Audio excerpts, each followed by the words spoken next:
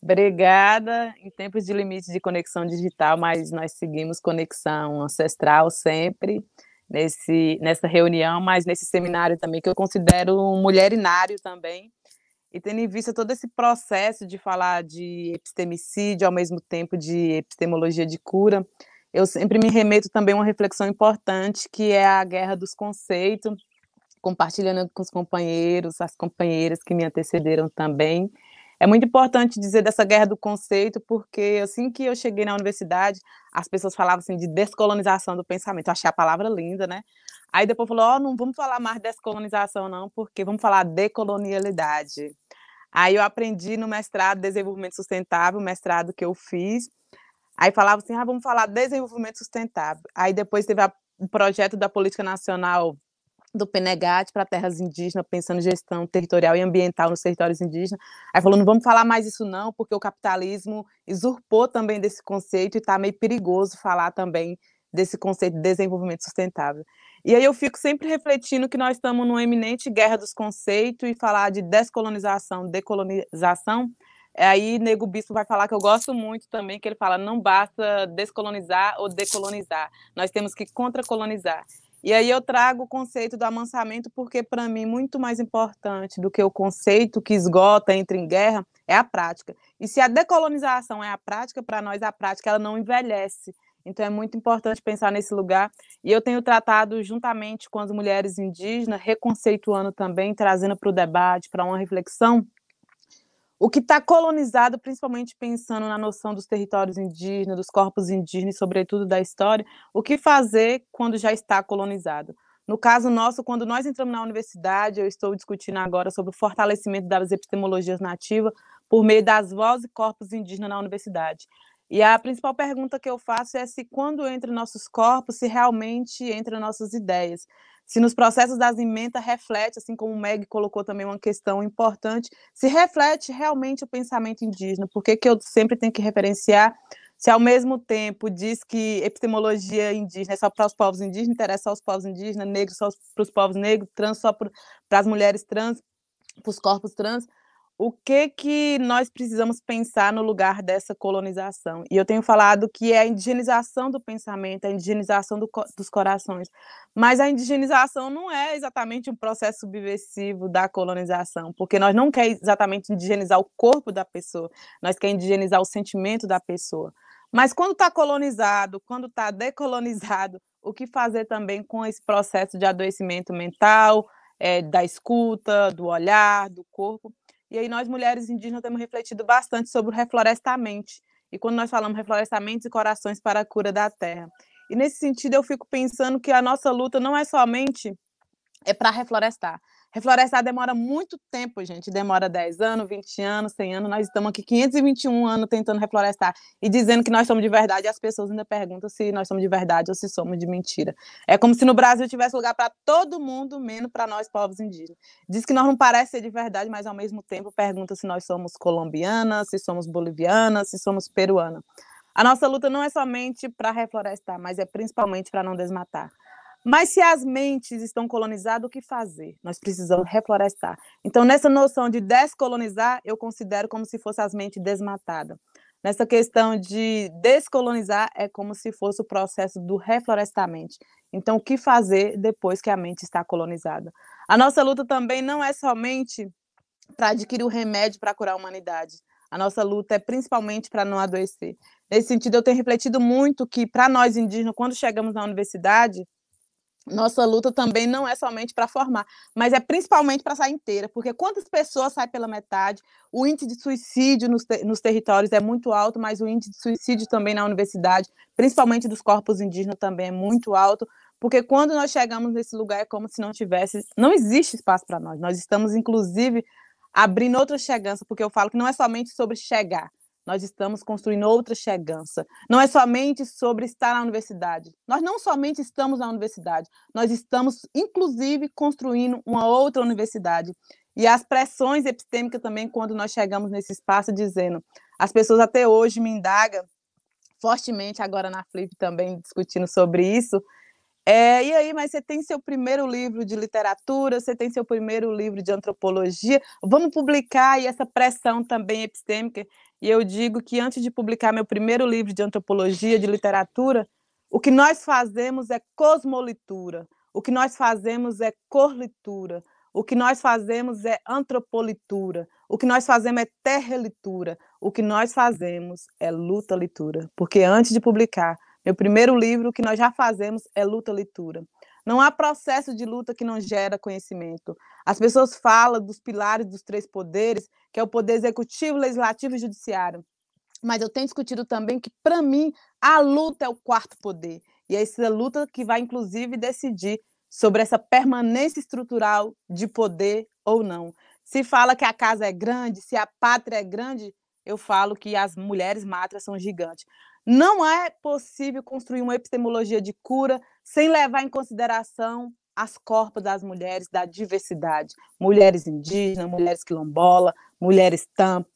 Então, é muito importante pensar nesse lugar também da diversidade de pensamento. Eu falo assim, que para a maioria das pessoas, todo mundo concorda que o prato que vai dar sustância para o corpo é aquele prato colorido, que tem toda a diversidade, mas as pessoas não pensam assim também para o conhecimento. Para nós só tem sustância se for diverso, porque toda monocultura mata, ela mata o pensamento, ela mata a sociedade. Hoje, em todas as universidades do Brasil, nós temos em torno de 70 mil indígenas, mas é muito pouco quando nós temos ainda um ex-ministro da Educação que fala: eu não suporto mais ver o nome indígena, vamos acabar com esse privilégio. E nós perguntamos: o genocídio indígena no Brasil não é privilégio? Nós estamos chegando na universidade somente nos últimos 10 anos, também não é privilégio. As nossas lideranças indígenas estão sendo assassinadas, não é privilégio. Os nossos biomas estão sendo desmatados, também não é privilégio. Existe um projeto genocida no Brasil, não é privilégio. Se isso não é privilégio, a entrada nossa na universidade é uma dívida histórica que precisa ser saldada. As pessoas ficam nos questionando o tempo inteiro se nós vamos deixar de ser indígena, porque estamos ocupando outros lugares para além do chão do território. É preciso, sim, urgentemente reconhecer a potência tecnológica de nossos corpos indígenas, porque não vai existir formação da ciência e do pensamento se nossos territórios forem destruídos. Não existe cabeça de pé se não tiver território e respiração para a humanidade. Nesse sentido, quando nós estamos lutando pela demarcação de nosso território, nós também estamos lutando pela permanência da ciência. Nesse momento, nós, povos indígenas, somos 5% da população do mundo, mas nós protegemos em torno de 83% da biodiversidade. Nós perguntamos a cada vez para essa noção capitalista, a cada vez para essas pessoas que não consideram o nosso processo de conhecimento, que não reconhecem os nossos pajé, que não reconhecem as nossas parteiras como potência do conhecimento, que não conhecem os nossos mais velhos e não considera que há tempos que ele vem falando dessas mudanças climáticas. Nós queríamos que nós fôssemos reconhecidos como os maiores doutores também, porque nós somos os maiores pneumologistas, nós sustentamos e cuidamos do pulmão do mundo. E nós perguntamos o que o capitalismo vai fazer quando tiver cortado, arrancado todas as árvores.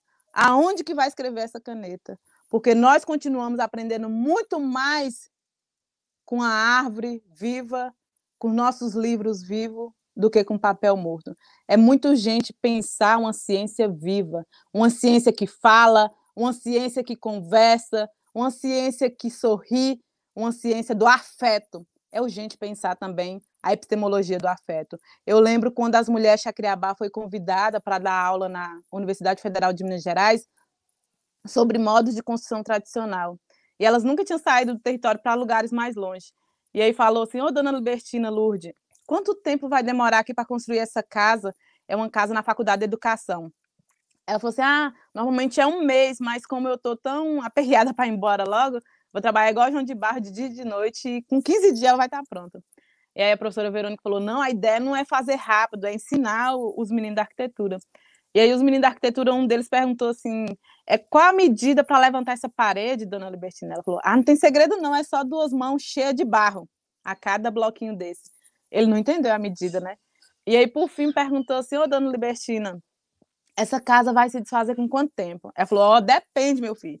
Se a madeira e o barro foi tirado numa lua boa, vai durar de 5 a 6 anos. Foi tirado numa lua ruim, ela vai começar a se desfazer e vai ter que ter uma reforma com 4 anos. Aí ele virou para ela e falou assim: não há pena A senhora não queria que nós aqui da arquitetura desenvolvesse uma técnica para ela durar a vida inteira? Ela virou para ele e falou: ah, meu filho, é muito arriscoso, porque a casa precisa se desfazer para nós continuar ensinando para nossos filhos e para nossos netos. Essa história marcou minha vida, porque quantos de nós pensamos que coisas que é feita para durar a vida inteira, mas ao mesmo tempo ela coloca em risco a transmissão de nosso conhecimento. É muito importante que o pote se desfaça, é muito importante que o pote quebra, porque é um jeito da gente continuar fazendo. E a cada vez que a pessoa leva um pote, leva uma cerâmica dos nossos territórios indígenas, aqui do Chacriabá, ou certamente de alguma comunidade quilombola, não é somente um objeto que está levando um pedaço de nosso território. E esse pedaço do território tem terra história, tem trajetória, tem ciência, porque para levantar um pote, levanta também uma ciência. Meu avô sempre diz que todo mundo pode se tornar inteligente na universidade, mas não é exatamente na universidade que a gente adquire sabedoria, porque na universidade nos vai formar profissão, médico, mas ao mesmo tempo é no nosso território que nos formamos para a ciência. Muitos dos nossos avós, muitos de nossos bisavós, eles não foram na universidade, porque foi a universidade que veio estudar dentro deles também. E é muito urgente entender o quanto que é importante, o quanto que é potente ter a ferramenta da universidade como uma ferramenta de luta, porque eu tenho dito que se a caneta é a arma do século XXI, a nossa identidade também é, o nosso maracá também é, a nossa voz também é, o nosso corpo também é. Como continuar lutando com a caneta, com a borduna do pensamento, mas sem perder de vista o jeito, a força de sustentar a mão no maracá, de sustentar o nosso canto e de pisar firme no chão do território. Porque certamente não lutar com a mesma arma do inimigo, que é a caneta, no genocídio canetado, no genocídio legislado, nunca significou que nós, povos indígenas, estamos desarmados. Nós estamos lutando com a arma mais importante, que é a nossa espiritualidade. E a nossa voz, o nosso canto ancestral, nossa ciência coletiva, essa ciência é a prova de bala, é a prova do genocídio, é a prova do etnocídio, é a prova do epistemicídio, porque todas as vezes que tentou matar a nossa ciência, brotaram muita ciência nas crianças, brotaram muita ciência nos rios, brotaram e nasceram muitos mais árvores. Então é muito importante pensar nessa nossa potência de formação do pensamento, porque nós estamos na universidade não é só para formar para a ciência, mas inclusive para formar consciência e transformar muitas consciências. Nesse momento, nós temos esse desafio de pensar que a luta dos povos indígenas não é somente uma luta dos povos indígenas. A epistemologia dos povos indígenas, produzida por povos indígenas, não é somente um bem para nós, povos indígenas. Mas se realmente a humanidade quer pensar um projeto futuro de sociedade, precisa tomar todo esse conhecimento como uma luta de sociedade, como uma luta humanitária, como uma luta planetária. Porque, nesse momento, beber nessa fonte é beber numa possibilidade de um projeto de vida. E a universidade não pode ficar ausente e nem omissa desse lugar. Nós vamos continuar lutando, nós vamos continuar fazendo história a partir desse lugar da borduna do pensamento, junto com as mulheres indígenas, porque nós falamos que nós não somos mulheres somente, nós somos mulheres semente, que a cada ancestral que morreram nesse processo do projeto de colonização, porque dizia que em pleno século XXI não já era mais para existir povos indígenas. A cada vez que tentou nos enterrar, nós vivemos em cada rio, em cada bioma, em cada lugar do que o projeto da colonização não conseguiu matar. Não conseguiu matar no projeto de colonização, depois veio outro projeto de aculturação, depois veio outro projeto também, que é agora mais recente com esse governo, que é de agriculturação, tentando impor um modo de ocupar o território que não é o nosso. E eu sempre digo que a primeira pessoa que esse governo atacou foi uma mulher. E as pessoas perguntam, quem é essa mulher? É a terra. E quando ataca a terra, nós nos levantamos com muita força, porque a terra é avó, a terra é tia, a terra é mãe, a terra é alimento, a terra é conhecimento. Se as pessoas não compreenderem e retomar a relação com o território, dificilmente nós vamos existir um projeto futuro de país. Lá em Belo Horizonte, quando eu estava na universidade, eu demorei uma semana para encontrar a terra, e aí eu percebo o quanto que as pessoas afastaram desse lugar. Esconde tanto a terra para as pessoas perder a relação da terra como parente. A terra é a vida. Não é possível pensar em ciência, não é possível construir vários livros se nós mata o livro ancestral, que é uma mulher, que é o livro da terra. Nesse sentido, é muito urgente pensar epistemologia não somente como uma formação ética, mas principalmente como uma formação étnica também, porque é pela diversidade, que é pela pluralidade. Se a universidade realmente quer descolonizar, se a universidade realmente quer curar dessa ciência também que está enferma, eu tenho dito que não se pode curar o mal com a mesma enfermidade, não se pode curar o mal com a subrepresentatividade. Nós precisamos de outro remédio que vem da diversidade, mas que vem também dessa pluralidade da espiritualidade, porque nós carecemos não é somente de uma imunidade espiritual, mas nós também carecemos de uma imunidade ancestral. E, nesse sentido, levar todo esse corpo da diversidade é também uma potência do pensamento, é uma potência de cura. Por isso que eu vou encerrar dizendo que há pouco tempo me perguntaram o que muda com o conhecimento acadêmico. Para responder essa pergunta, eu tive bem um curto tempo. Então, veio na cabeça aquela certa opinião, que eu tenho medo da mudança, que eu prefiro transformação. Porque quando nós vamos para o mundo e damos de cara com outra ciência, mas o importante de tudo é manter nossa essência, porque lá está o perigo que a mudança apresenta. A mudança retira muito, mas a transformação acrescenta. Existe a universidade da vida e a vida na universidade. Estar na academia só tem sentido se não amputar e arrancar a nossa diversidade. Eu fui cotista com orgulho, um dia nossos filhos ainda podem ser. Eu jamais poderia cuspir no prato que um dia eu pude comer. Tem gente que não é muito discutir, mesmo quando tem ideia, mas eu não posso guardar para mim essa façanha que se impera. Existe a diversidade e também a espiritualidade. Aquilo que não dá para ser falado na escrita, existe a força da oralidade. Inspirada na mulher indígena, uma mulher entendedora, que direito é aquilo que se arranca quando não se tem mais escolha. O projeto político está enfermo, colonizou muitos corpos, também adoeceu muitas mentes. Opa, e um dia até tentaram nos enterrar, mas não sabia que era semente.